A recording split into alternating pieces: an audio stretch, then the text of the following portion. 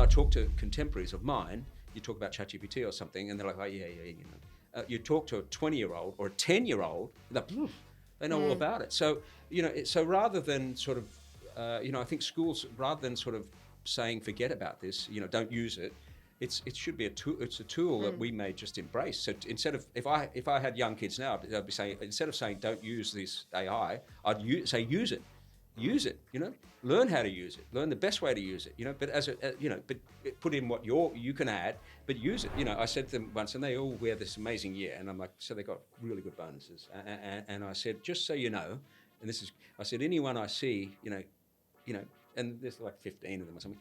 Anyone I see, buying a fancy car or doing something, wasting this, that's entirely your money. But bear in mind that I watch what people do, right? And it's my respect. And I'd probably have a lot of respect for you if you put a deposit on a house or put it put it as a sensible investment, because you didn't want to. I didn't like these young city guys. I've got a Porsche, and then next year they lose their job and they've got nothing. So so they all thank me now. I'm friends with them all. They all thank me. Oh, thanks for not stopping me buying the Porsche and making me buy the property. They said, how'd you get a cool name like Levi Roots? and he goes, I'm actually Keith Graham's, but I just prefer Levi Roots. He's just, and I wrote it on my pad. I've still got my book. I wrote it on my pad, and the story's in the book. I wrote it on my pad. He is the product, not the source. And when that dawned on me, I'm like, forget it. Don't worry about his order, his source, everything. This guy's amazing. So I backed him, and then Peter Jones jumps in. I'm pointing at it because he was on the left of me, but he jumps in, and then it became like the biggest selling source in the UK for a while.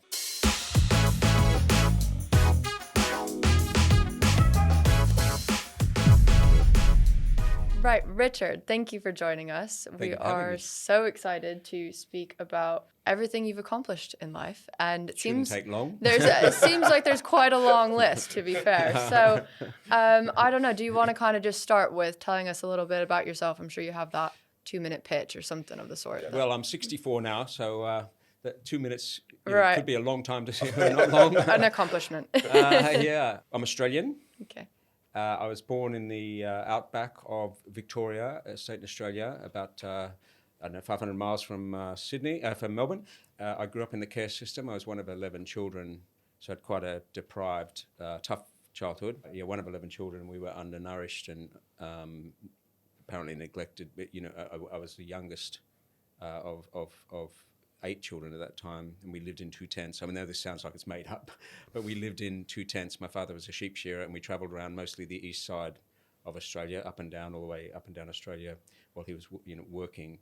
And then he would often skip town in the middle of the night, or the family would, with unpaid bills and things like that. He was a good worker, but alcoholic and occasionally violent. So because we were undernourished, we became, the focus of the authorities, and they warned my parents, quite a bit. And then eventually we were taken away and sent to orphanages or care homes. And then I ended up in the care system. So I grew up in a foster home.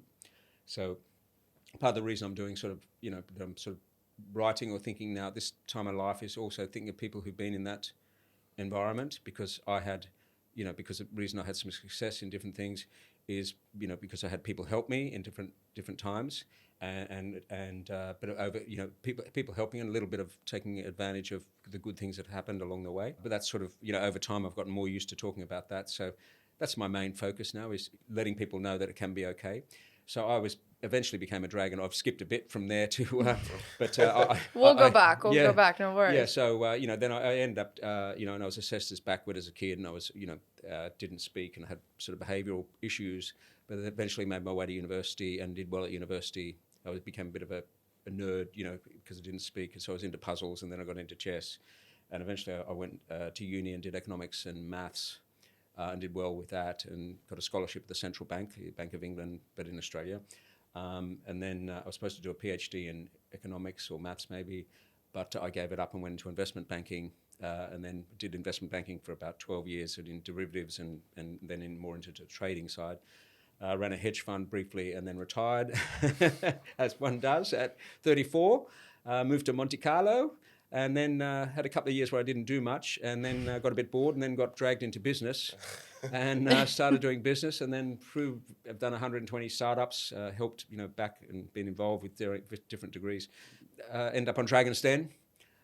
So where they portrayed me as sort of a posh kid from, which I always found a bit strange. So now I'm kind of correcting the record and saying, well, it's okay to be working class, and it's okay to come from it's okay if you don't feel so good about yourself. Anyway, is that more than 2 minutes? I was going to say, remember at the beginning, and you were like, well, I'm not going to have enough to say for 2 minutes. And then so you have quite a bit. It's quite a story. Well, I don't even know where to start. I mean, we could go through so many different things. But when you say you want to make sure it's known that it's okay to come from, a self-made background and working class, and that's what you're trying to get across now, is that something you portray in the startups that you back, or what is it that you see in these startups, and why did you end up in business? I kind of came into business by accident. I did something called Home House, which is a private members club in London, and that was sort of my first foray into business because I was a chess player. Just various connections of chess players, and I saw this beautiful building. If people don't know it, it's a Georgian masterpiece just near Oxford Street. It's 200 and something years old. It's had an amazing history. It's like going into a palace. The walls are ornate. The ceilings are pictures on, like the gold leafing, a beautiful staircase. We restored the building. I was a main shareholder. We restored the building and 2 years renovation, 12 bedrooms, I think, a bar, a restaurant, a gym, beautiful drawing rooms to sit and have a glass of wine or a cup of coffee or whatever. Just an amazing building. And that was kind of my first foray into business. And I did that because I just thought it was such a beautiful building. And also that has a very casual dress code.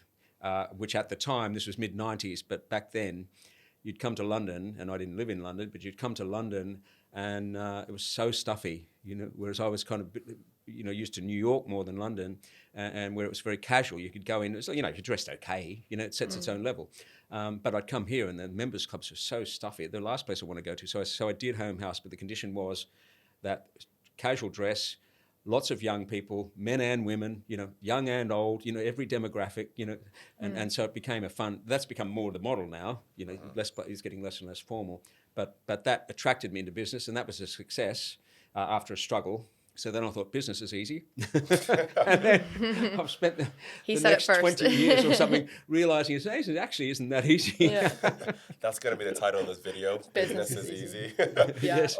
You said, you started the hedge funds and then you gave it all up. You retired at 34 and then you got bored. Do you think that's kind of like how life is for a lot of, founders and entrepreneurs, that they just don't know how to rest or how to retire? Well, it's a good time to talk about my books. Yeah, you're all a bunch of go-getters, I think. Only because I can refer to them. Yeah. So I know you thought I had brought in shopping here. Cause I thought it was your chessboard. No, it's a small chessboard, I suppose. But no, It's my two books. One has taken 12 years or something to write, and the other one took 3 weeks. Wow. But this is a sort of, it's called Humble Stumbles, because that's how my business career has been. The more I do, the humbler I get, and the more stumbles. Anyway, so Humble Stumbles. And it's strategy, stories, and soul searching. So it's got everything. It's got, like we were talking about, growing up in the care system. It's got, confidence issues. It's got business strategy. It's got 50 strategies in there.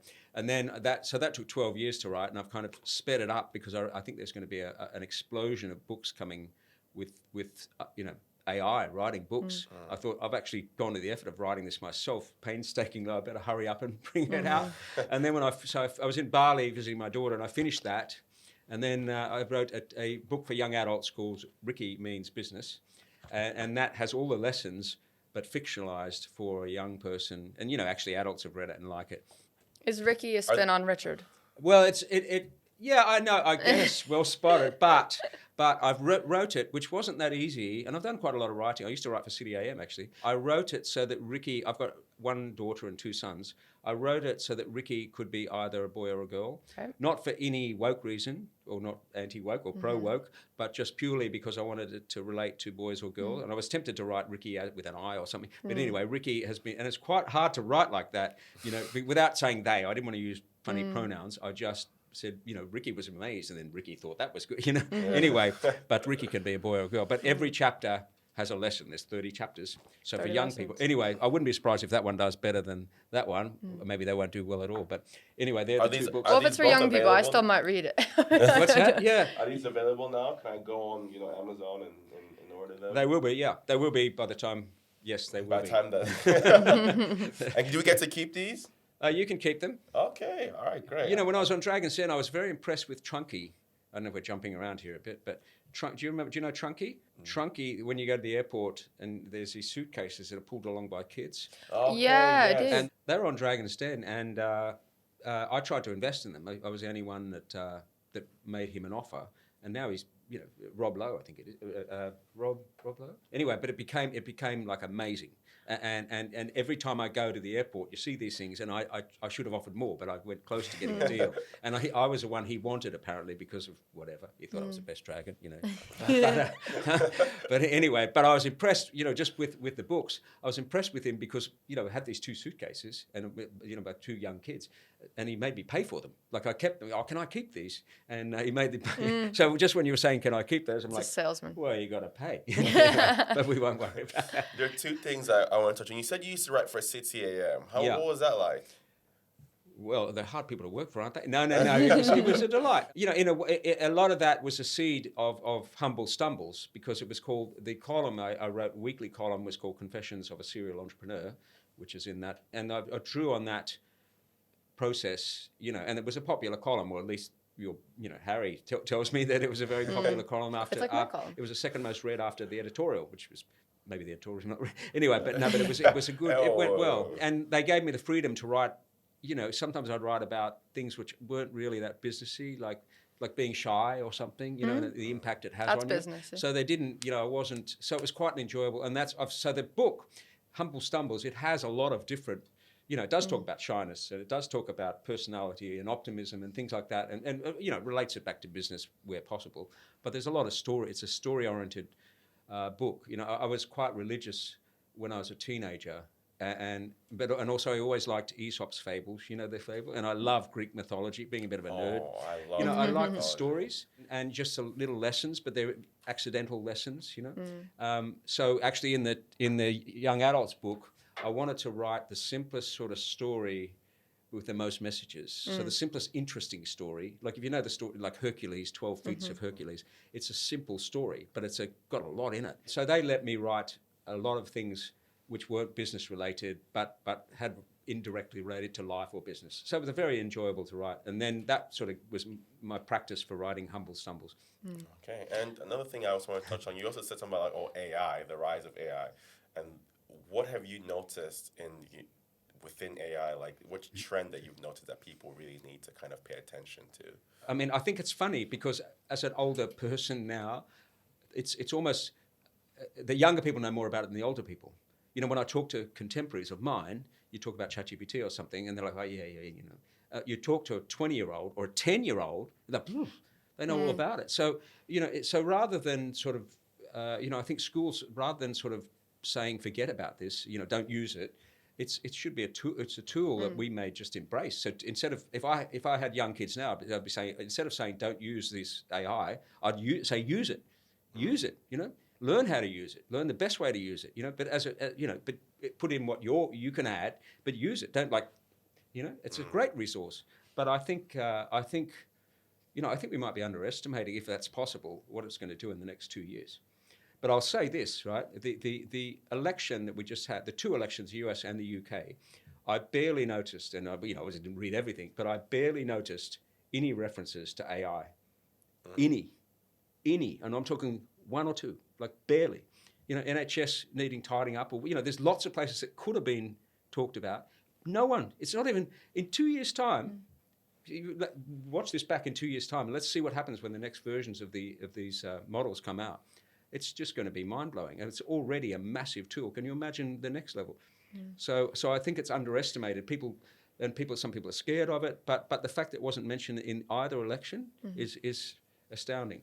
I think it's a very differentiating topic among big business and small business, because I meet with so many startups that are like making these new tech apps or platforms that are helping the NHS, for example, but not directly. It's little things here and there, whether it's in the social care system or in the childcare system. And so there's these startups that are emerging, and I think they're going to have a really big impact in 5 or 10 years' time, more than they think they're going to have, because it's going to. Someone once said it's really difficult to innovate as one person, but it's even more difficult to innovate in a big company. But it's the perfect sweet spot with a group of 5 or 10. Right. Yes, Yeah. because you can have sort of personal discussions. You know, if a group gets too big, you're scared to say something. You know. Or if you're a company that has, a massive turnover with a lot of products, you don't want to risk something small to change it because you risk a lot of money and a Right. lot of products. Yeah. Whereas if you're a small company with the same type of products and you only got 100 going out, you're like, okay, why not try this? And then you don't have much to lose. And so that's how innovation, I think, Yeah. comes down that domino effect. But when you said 5 to 10 years, that might be way sooner, mightn't it? Yeah. I mean, I can't yet put my tax return in there, but I wouldn't be surprised if the next version you say, do my tax return for me. That would be nice, though. I don't like doing my tax return. Yes. Find a way that I pay less tax. Dude, but I'm talking about my U.S. tax return, and those things just get so complicated. So you love playing chess, and earlier we touched on, you were playing against our boss Harry, and you demolished him. It would have happened. He didn't use that word. You did. It would have happened quicker, but he was the one who was the one who was wasting time. So what's it like? Like, because you said as a kid, you're very interested in puzzles, and that's what got you into playing chess. Like, what was that like? Like a career, I would like to say, of playing chess. Because I was very shy when I came through that. I was traumatized when I came through this as 5 or 6 years old. So I didn't really speak much till I was 10 or 12. So, and I could speak, but I just found it very hard to look at people and speak. So the one benefit of that was I love doing puzzles. And chess is kind of like the ultimate puzzle. So I got really into chess. And then, I started playing competitively just by accident. And then when I was like 14 or 15, I was beating like adult champions, so I got quite good quite quickly and then leveled out, But it really gave me a lot of confidence. My schoolwork sort of concurrently improved. So it did a lot for me. And I tell the story in the book, actually, about I was at a church group and when I was 15, I think, and the church man, he had us boxing. And I'm like, I'm not a big person. And also I don't like, because of my history, I don't like violence. I find it quite, anyway, and then so I just start crying. I'm going, why does a church group want us to fight? And I'm like, I don't want to do this. And I said to him, I just want to play chess. And he goes, chess will never get you anywhere. I'm like, and I always remember those words. So when I went to interview for, to run a hedge fund in Bermuda, half the interview was about chess, and now, So, and there's in the book, there's a section called Chess Tidbits, but what I had to unlearn when I went into a little bit about chess is very logical. If you don't make a mistake, you won't lose. Whereas financial markets are a bit more like backgammon, where there's randomness. So a chess player may not be very good at dealing with randomness. So you have to learn to deal with randomness and unknown unknowns. And there's something in the book as well that surprises in business, unfortunately, are always, you could say always bad. Out of the 100 businesses I've had, let's say I've had 200 surprises. I would say 199 have been bad. It's just I call it the asymmetry of business risk. The curve is not a bell curve; it's a skewed curve right over. And I've had everything you can imagine. Things.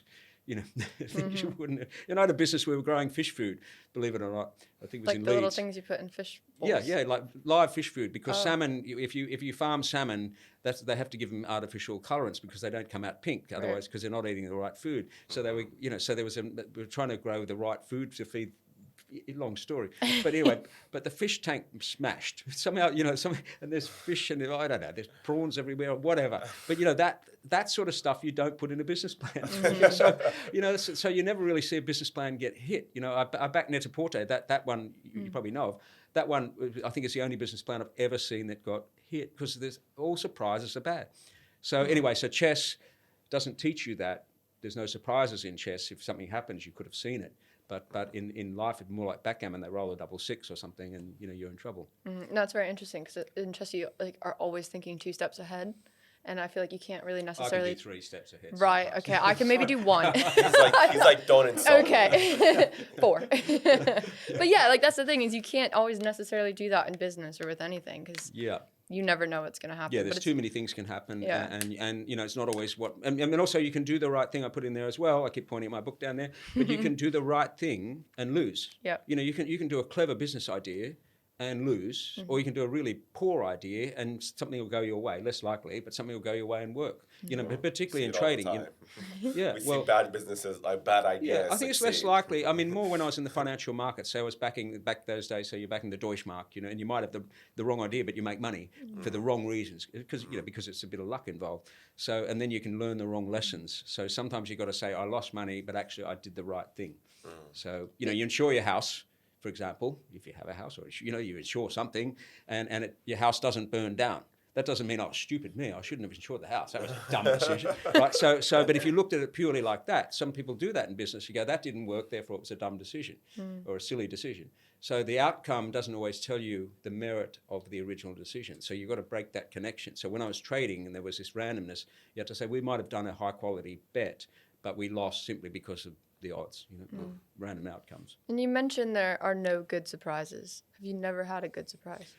Don't think so. I think when we did Home House, the restoration of a private club, Madonna came and stayed. That was a happy, you suddenly get the the email or whatever it was back then comes in. And Madonna would like to stay for a week, and that's a happy surprise. Yeah. Have you ever had a good surprise? City AM. Is that a surprise? No. No, I mean, I don't know. I don't own businesses. I think in life you get, but you turn on the news, like 90% of the news, is, unless it's sport or something, but 90% of the news is not that great, is it? Yeah. It's a bit like that. I mean, I had Scott's Restaurant. When we had Home House, we owned Scott's Restaurant on Mount Street, which is now a significant restaurant. When we had it, we lost money every single day of the restaurant's life. Right? And we had a reviewer come, and the waiter, completely accidentally, spilt peas all over his lap. Right now, where is that in the business plan? And he wasn't happy. That shouldn't have affected. But so where's that? That's an example, right? Oh my gosh, that's a my luck thing. I had a manager go to the US and he had a car crash, and I mean literally a car crash. So he was all right, but stuff like that. I had a machine worth £1 million, but $1 million something, right? And it got shipped to the US, and the machine was accidentally dropped off the. It was insured. But who puts that in a business plan? Anyway, so I think I list a bunch of about 15 things. I got too depressed when I got to 10. When I'm like, prawns falling out of a thing and machines getting dropped. Anyway, so business bias is bad. Well, if there's always all these surprises and you can't ever prepare for them, what do you do? Do you just find a way to get through them, or do you prepare to prepare? Well, you have to be aware, ultimately. You ultimately have to be aware that you can start, if you're talking about startup businesses, for example, ultimately you have to be aware that you can start a business with a very good idea and be a very good manager, and it can fail. How do you deal with that? So either you might lose your house, or do you just say, okay, it's worth it? I'll take that 1 in 10 risk that I might be very unlucky. You have to deal with that randomness. You have to. It's probably a good idea to be aware of what your downside is. So, okay, if I do this business, this is how much I'm going to lose, or this is how much longer it's going to take to get the business going, or whatever. It's probably good to be aware of that while you plan for the middle outcome, but you should be aware of the bad outcome. Pros and cons. Just got to make a list of possible but pros and cons. different ways it could go. Yeah. Like when we did Home House, for example. It took a lot longer to get going than we originally expected. Because in those we got this beautiful building, but no one knew about it. And it'd be so easy now with social media. A few pictures of that on Instagram or something, everyone would have gone there because it's so beautiful. But getting that out in Country and Life magazine once a month or something takes a long time. Yeah, it doesn't reach the kind of audience that social media does. Yeah. And have you seen that really impact some of the businesses that you've invested in, Not so much, because I kind of do, I like disruptive businesses. I mean, I've got in my book, pointed at again, and it's in both books, actually. If you haven't seen the books, these are... For those of you watching, this is what he's referencing. There's not much in there about marketing, because I've never understood. I've never... Well, you're doing it really well right now. I'm probably overdoing it, but that's what they said. Make sure you talk about your book. So to me, businesses can be, I invest in disruptive businesses. Every business needs to be disruptive in a sense, But I break it down that you can be disruptive by product. You can have a different type of product, which I kind of am more interested in, or you can disrupt by price. So you can do something exactly the same, but you have a lower price, which obviously can work. Or you can do something, So I tend to have disruptive in product, not in... So that tends to be more tech company. Home House was disruptive, even though it's not a tech company. It was disruptive as a different type of club. Net-a-Porter was disruptive at the time because it's selling high quality online, which hadn't really been done before, and what do you call it, amalgamation side or whatever. Anyway, those things hadn't been done before. So they're not so driven by social media. And the companies I've got now that I'm involved in, one is doing radiation detection, particularly in Japan for Fukushima. We don't really, that's not an industry you post on Instagram. And another one, we deal with AI, we deal with government agencies. And again, that's not, I find it tends to be more consumer focused, and I don't have consumer focused businesses. But my question is, so obviously you don't focus too much on consumer business, like you said, and it's across quite a variety of sectors, AI, and what you back in terms of startups. But what is it that you see in a startup other than that disrupting narrative? Is it the person too? Do you back the founder? Does it? You got it then. Like because of my background, chess and maths and stuff. Naturally, I sort of started thinking it was about numbers, but now I've realized, I've gradually realized at some point it's all about people. So particularly, as I say, business plans rarely get achieved. So it's all about people. And the reggae sauce episode. You know that one? No. You don't? Oh, okay. I'm getting nods on that. A lot of people will know who they are. Anyway, it was worth watching. It's had I've got it on my YouTube channel. It's had 800,000 views just on YouTube. Okay. He came on with a sauce, Levi Roots. He's got the, what do you call it? Dreadlocks. Okay. Yeah, that's it. And anyway, he came. You got to watch it. But at some point he was talking about this sauce, and I got no idea. You can't really tell, but just having a go at a spicy sauce, a jerk sauce. And anyway, I realised halfway through it that, if you watch it, you'll understand. He made so many mistakes. He just got it completely wrong. He had this business plan which was all wrong, and I caught him on his numbers. He's got this order which he's waving around. Now, obviously, an order is great verification for a business idea because it means there's a third party is actually going to put some money into this, and so he's waving this around. And because I'm used to Australian, I'm used to litres and all the metric system. I'm thinking this is like a litre per person. This cannot be right. This thing he's talking about. So I said, Levi, I think you're out by 1,001 on your numbers. And normally on Dragon's Den, that would be the moment where, the cameras focus right in, perspiration comes down, they're done, they're completely done. I saw it 100 times, they're completely done. And then all the dragons say, stop insulting me with you, they all become offensive except me because I was too nice, right? And but anyway, he just goes, I think you're at 1,001 in your numbers. And he goes, oh, yeah. Any other questions? I'm like, he's like, by the way, however. And then I said, how'd you get a cool name like Levi Roots? And he goes, I'm actually Keith Graham's, but I just prefer Levi Roots. He's just, and I wrote it on my pad. I've still got my book. I wrote it on my pad, and then the story's in the book. I wrote it on my pad. He is the product, not the source. And when that dawned on me, I'm like, forget it. Don't worry about his order, his source, everything. This guy's amazing. So I backed him, and then Peter Jones jumps in. I'm pointing now because he was on the left of me, but he jumps in, and then it became like the biggest selling sauce in the UK for a while.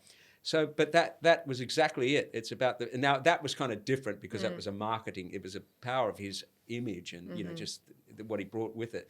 A good person will make an average business work, but a bad person. Bad manager will stuff up the best ideas. And I've been a bad manager. I've stuffed up good ideas. Right? So, and then it's in the book. But anyway, so it's all about people. Business is all about people. I find it very interesting because I interview quite a lot of startups for obviously my everyday job, but everything in my house is from those startups, because I enjoy them. So the people really. And my cleaning products that I use are Purdy and Fig because I interviewed the sons of the founders that run it, and I was like, use Curay the toothbrush? Yeah, I use Curay the toothbrush. Do you pay tax on these items? But it's just fascinating because museum to startups. That's fantastic. And they tell me about all of their stuff and why they do what they do. I'm like, well, but now I want to. You look clean. And now I want to buy. Honestly, I'm not wearing the shoes, but I bought a pair of shoes from the startup that I interviewed, and they're one of my favorite pairs of shoes. Okay, yeah. And so it's I do it though because I really enjoyed the person. I love startups, but I'm not going that far. But it's good. They're good products as well. I don't use. I still like my iPhones. Well, I guess, but you also, we know why we like iPhones, obviously. It isn't a great culture, but having said that, to get on a sort of a serious side, I'm a museum of startups. You said museum of startups, and now I'm just looking at my house in my head, and I'm like, I am. Even my salt and pepper shakers. I'm not even joking. My salt and pepper shakers. It's a startup as well. Yeah. Okay, go on. I think you'd have to film an episode at your house and walk around to a show and tell of your. But I was going to say, the startup world's fantastic, but in the UK, it's when you get companies to a certain stage of, say, I don't know, just throw numbers at it, but 20 people, and you need to raise money. that is getting really difficult. It's almost dire at the moment in the UK. Obviously COVID didn't help, and then the bounce back in the UK economy after COVID hasn't been fantastic, and maybe now with the government maybe not being business friendly. I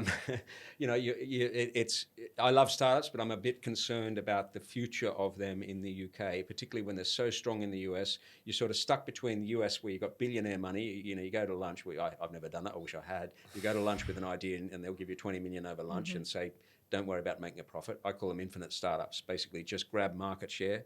It's in the book. grab market share, and we will own that space. We're not worried about profits. Profit from cash flow. We're worried about owning the space. Like Uber came in, or something like that. Just come in and own the space. So you got that billionaire funding, high risk. And then in China you got government money wanting to own everything, AI, everything else, wanting to own that. In Europe and the UK, raising money. We're in this valley between the two of them. It's really scary. So I'm not so sure about the future of startups in the UK. And if they do start and they go well, they'll probably end up overseas anyway. No, that's a really good point. And before I ask, I guess, what the remedy to that would be, it pointed out in terms of like domestic capital as well is it's declining, whereas a lot of global investment into the UK startups is increasing.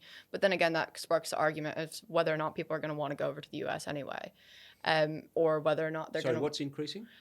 Like international capital. So I think capital from from the US into UK startups. But it's not. There was something in the press. Last week or week before. It's domestic funding, capital it's fallen is falling. But total funding has fallen 6-year low, and confidence is. I don't want to be a doomsday person. But that's what I mean. So what I guess would the remedy of that? The government should stay out.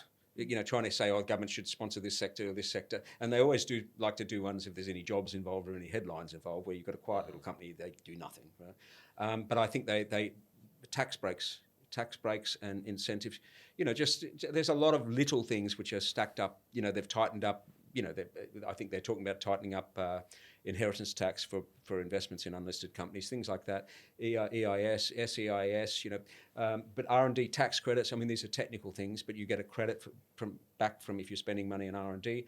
That takes ages to get. It's very unclear. They're nickel and dime. You just don't get this feeling that there's a limited pot of money, but not individually choosing sectors or companies, but just giving tax breaks, whatever else they can do, making it favourable environment, mostly tax. Maybe the NIC, this should be waived for companies which are under 5 years old, or something like that. Just do something. And as someone who's, I guess, lived in multiple different areas and countries in the US and in Australia, what is it that attracted you to UK business in the first place? I mean, was there anything that excited you about it? Well, we were talking about before you came on camera, we were talking about languages and things. I lived in Monaco for a while, but my French is très mal, pretty bad. One thing about the UK, is the language, obviously. But I started in the mid-90s, and I think I was the first person with a friend of mine. The two of us were the first people to spin out intellectual property out of Oxford University. I viewed it as the valuations here were a lot lower than the US for similar ideas, right? And the universities here are fantastic, as everyone knows. And so I had this, back then we were first person to wander in Oxford University, and and because I think Margaret Thatcher had changed the rules so that professors could own their IP, a bit of, they could take some money out as well as a university. And so we had this model of sort of adding management and money and doing all that, and then taking it and listing it on AIM. A lot of intellectual property here, and a lot of, also you could raise money. You could go to AIM, you could get a company which was still loss-making, raise 20 million, put it on AIM. That was doable in the 90s, 2000s. And then gradually that every year it just seems to be worse. But I think there is a great culture here. There is a real can-do culture. So there's a lot of positives.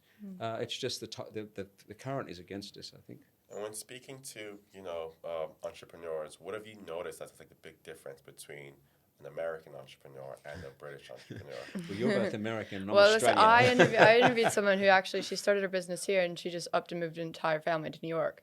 And the first thing she said, she was like, I don't like the non-lion culture. Why is everybody up at 5 a.m. walking around the city? I want to start my first meeting at 10 a.m. And she was like, it's literally the hustle and bustle of New York. Sorry. She started in the UK, moved to the US, and she was like, why is everybody up and at 'em at 5 a.m. Yeah. She just wasn't used to it. She was like, I just like my lion culture. So it's like, I guess New York has New this York kind is of very like, hustle and bustle and go. But I think London's quite the same. I've met a lot of entrepreneurs, and there's one thing that there is one consistent factor. One, it doesn't matter about religion, age, race, gender. There's one factor, or even education, even to some extent, contacts, and it's energy levels. I've never met a lazy, successful entrepreneur. They're all a bit hyper. Well, we are hyper, and I'm up at 5. That's just me. But I like to. When you're excited about something, you think about it in the shower. You think about it as you're falling to sleep. There's you can't be part. You can't be. It can't be a third thing that you're interested in. See, she mentioned, she was like, I like starting my first meeting at 10, but I'll work until 11. Yeah, that's like okay. I PM, mean, not for now. maybe that works. I mean, my older son, 10 to 1 hour. is works till, he's up till 3, Yeah. and I'm like, how can you do that? Like, I like to work with a light. Yeah. I know, but I like to be tuned with it. But anyway, that's not make or break, Yeah. But I think it's energy levels. No matter when you do it, it's just like there's no such thing as a lazy, successful entrepreneur. So I think that's the one ingredient. Wouldn't you say? Have you ever met anyone?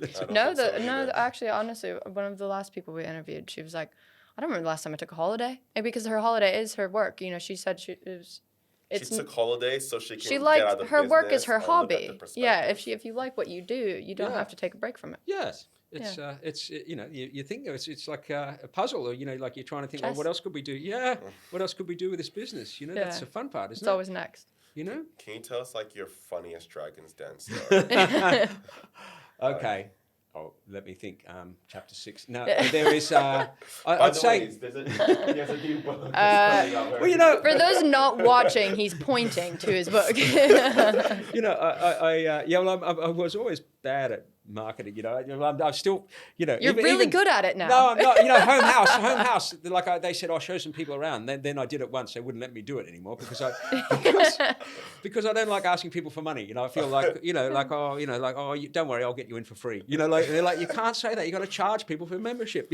Anyway. It's because you're too used to giving away money. That's why. Yeah, you're used to investing money. Yeah, but I feel cheesy. Obviously, I'm. But I think the funniest one from Dragon's Den, I think, would be the one-handed glove. If you haven't seen Reggae Sauce, I think I know the one-handed glove. You don't even know Reggae Sauce. So I think you're just trying to make up for not knowing. Anyway, I don't know it. Ask him questions. Okay, so call him out. Okay, well, you can finish the story. You finish the story. No, I'll let you finish. What's the one-handed glove? So he came on. I'll give a very brief explanation, and my apologies to that particular entrepreneur if I get this wrong. This is based on my recollection about true events. Anyway, but he comes on. He travelled a lot to France from the UK, where they drive on the other side of the road, as you know, and so he found the difficulty of changing sides, as Americans should understand that, and so he invented a glove, and so as you're driving along, when he goes into France, he put the glove on, presumably on the right side, I think, to remind him to drive on the right side. Now, and you'd switch it.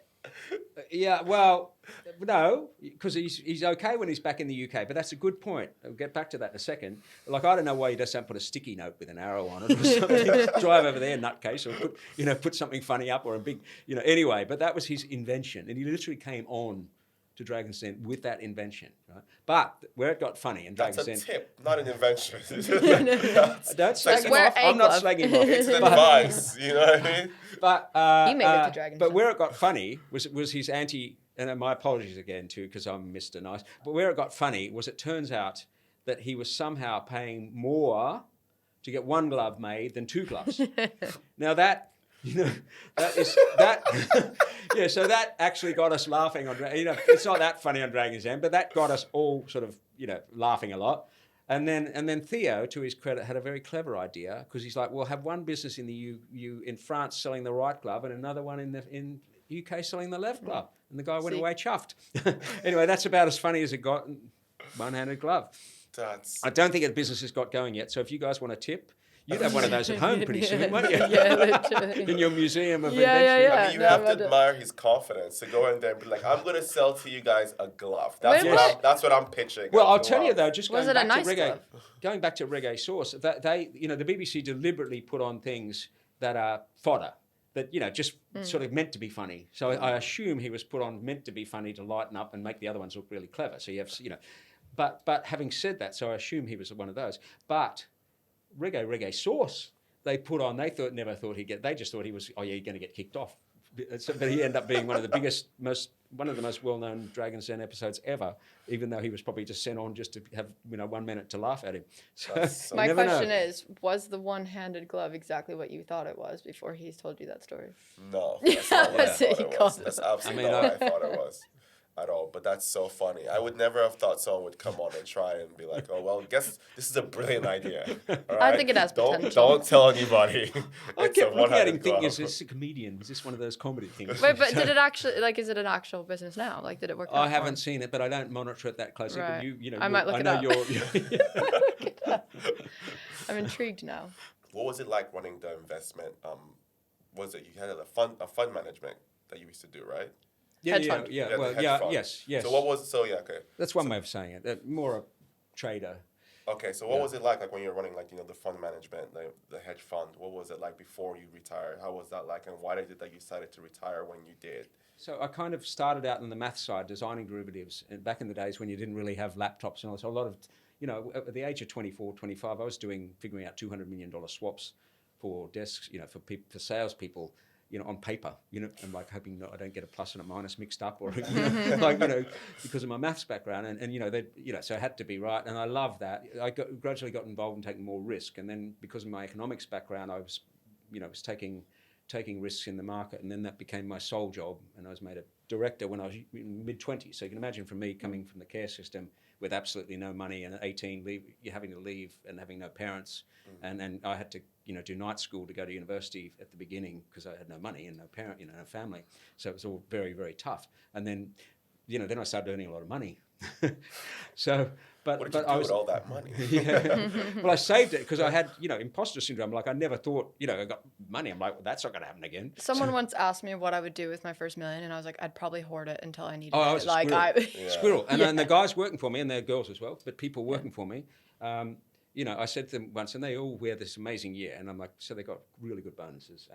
And I said, just so you know, I said, anyone I see, and there's like 15 of them or something, anyone I see, buying a fancy car or doing something, wasting this, that's entirely your money, but bear in mind that I watch what people do, right? And it's my respect, and I'd probably have a lot of respect for you if you put a deposit on a house or put it put it as a sensible investment, because you didn't want to, I didn't like these young city guys who I've got a Porsche, and then next year they lose their job and they've got nothing. So so they all thank me now. I'm friends with them all. They all thank me. Oh, thanks for not stopping me buying the Porsche and making me buy the property.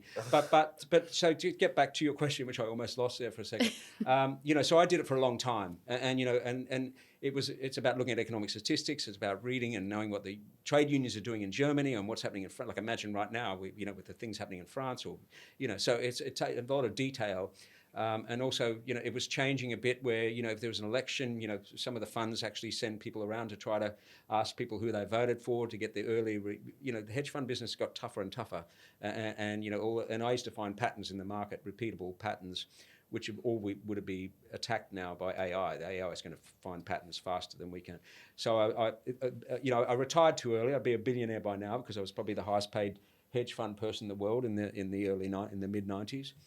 So coming from as I said, I came from nothing, and I never really viewed money as that important. Oddly enough, I was more wanting to feel okay with myself, which may sound funny, but now I've kind of thought about it a lot as writing about it. I really had this inferiority, and I just wanted to feel. In his new book. Yes. For audio only listeners, I'm pointing at the book that's on the Humble table. Stumbles.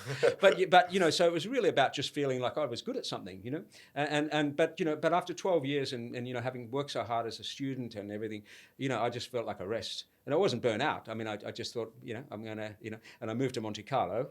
Because I'd made all this money, and then I thought I was rich, and then you get to Monte Carlo and you're like, oh, I'm actually not that rich at all when you look around, But that was fine. So I kind of, I just thought, and I also thought that I wanted to do different things, So writing, for example, or just playing chess. I played in a couple of chess Olympiads, after that. So I took up chess again. Two-time Olympian, aren't you? Yeah. So I took up chess again, Yeah, so I just, and then business was fascinating, even though business to me is more difficult than finance was, because finance, you can kind of, there's sort of logical makes things that sense. happen. I got inflation wrong. Whereas, as I say, you don't predict peas being spilt on someone's lap. So I find that part quite tricky, navigating the randomness of it and the bad news bias.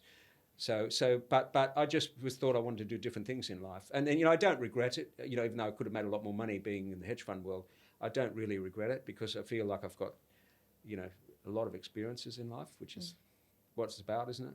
Yeah, I agree.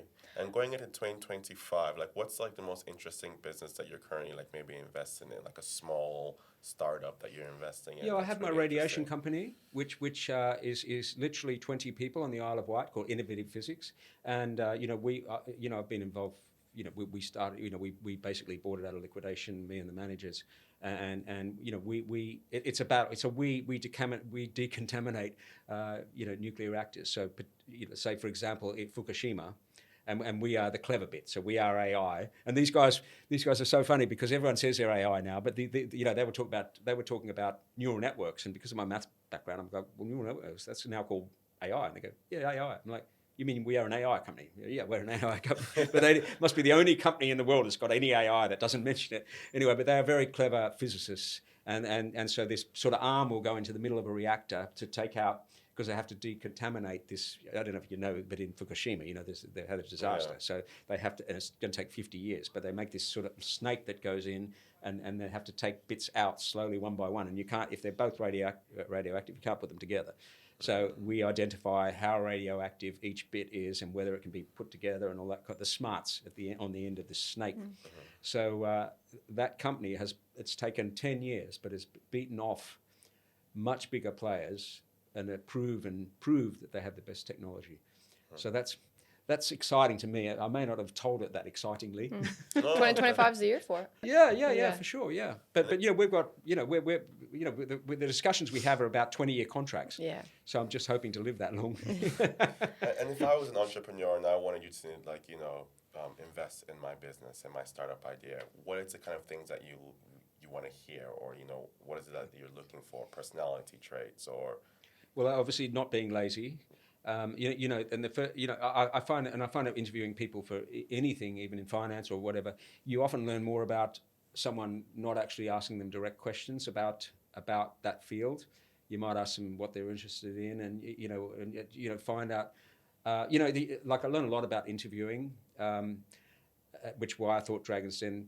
Was my goal. The rest of the panel would always be trying to put maximum pressure on them, and I thought that was really stupid. Like, I would try to relax them, and because I'd really want to know, it might make better TV to slam someone off, but I wanted to relax them and to get inside their mind and really know what sort of person, how they thought and all the rest of it. So I'd be looking at, if it was you, I'd be sort of talking to you about, how you got to, what your journey is, and, and also picking up little things like how hard you might work, or how intelligent you are, how creative you are, what sort of risk taker you are, what you're going to do when something goes wrong, like picking things up like that. They're all sort of nothing obvious. It's going back to dating. It's probably like going on a date. What is it that you look for? Nothing in particular. It's just whatever it is. So, but I suppose you also have a look at the business plan, even though they don't get hit most of the time, and how disruptive it is. But there's no magic. There's no magic quality. Really good advice, because I'm working on a pitch that I'm going to. In our heads, in the back of our heads. But the pitch has got to be good. Pitch has got to be good. And you got to get it out pretty quickly. What's interesting about it? Oh, well. Brilliant. Yes. Anything from your end? No, I feel like we could talk for hours, but our producer is doing a little sign for us, so you got to tee it up. Is there anything else you want to say about your book before we close out? I'm going to give you one last chance. Well, they're good. Keep an eye out. No, honestly. Okay. Now, so I will say this. So I wrote a book before which did very well in finance. I've started my own publishing company, which I thought would be easy. No. But I've learned a lot about publishing. I've got people doing it for me, but I've learned a lot about publishing in the meantime. But the margins in writing a book are terrible, aren't they? Yeah. So this sells for, I think it's less than 10, maybe £8 or something. I mean, holy struth. Honestly, if you've got a teenager, you can get so much value out of this £8, and I think this is like 12 quid. I'm like, that took 12 years to write. And I think I'm left with like £3. And someone said, I'll buy. Someone £1 a year. Yeah. And someone says, I'll buy your book. I really don't give a shit. I get £3. Like, it doesn't even pay for a coffee. No, but so, you've got to buy hundreds and hundreds. A lot. But it's a tough... Do you want to say the names tough of the books market. again? I don't think you've said it enough. Isn't that a good name? Humble Stumbles is a great Well, I must Stumbles. admit but I have the permission, but a friend of mine wrote a book called Humble Crumbles about a pie business that failed. Humble Crumbles, Yeah. give that one a... And then I thought, do you mind if I call mine Humble Stumbles? So, that's pretty well. I was going to call it Confessions of a... Entrepreneur. No, what was it going to call?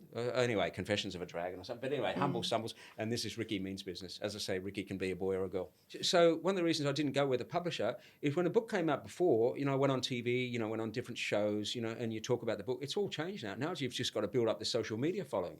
And I haven't got if I should have done that when I should have been Craig Bartlett when I was on freaking Dragon's Den. You know? And now, I've got people working, got to get this, get my social media up. They got to do it all on social, and you've got to chat to you guys about the book. So. I'm going to decline your offer of the free book, and I'll purchase one. Oh, that's £3 on the tin. That's your coffee for the day for coming in. He's like, thanks for the coffee. Yeah, I'll buy them for my family. So what you say is like it's £100 value, Yeah. £100 of value. So you say it's not an Yeah. expensive present, but that could be your. Yeah. Well, Cool. Someone I know can read this and then start one of the greatest businesses in the world. And that's what they. Yeah. And this will be because of this. Yeah, book. do you think they'd give me a percentage? I hope so. Commission. Yeah, that'd be good. They'll probably Maybe a ask, shout out of your book afterwards. Yeah, Or they could give it to. They could give it to Action for Children. It's a charity I'm an ambassador for, and another one's Their Future Today, which is Sri Lankan children's charity. They could give something to that. Okay. So. Perfect. I'll let them know when I buy them for Or my they could just post it to me directly and I'll Yeah. handle it. Okay. Right. Well, with that said, thank you so much, Richard. Thank you so for much. coming. I It found was the fun. favorites. Well, it was fun for me.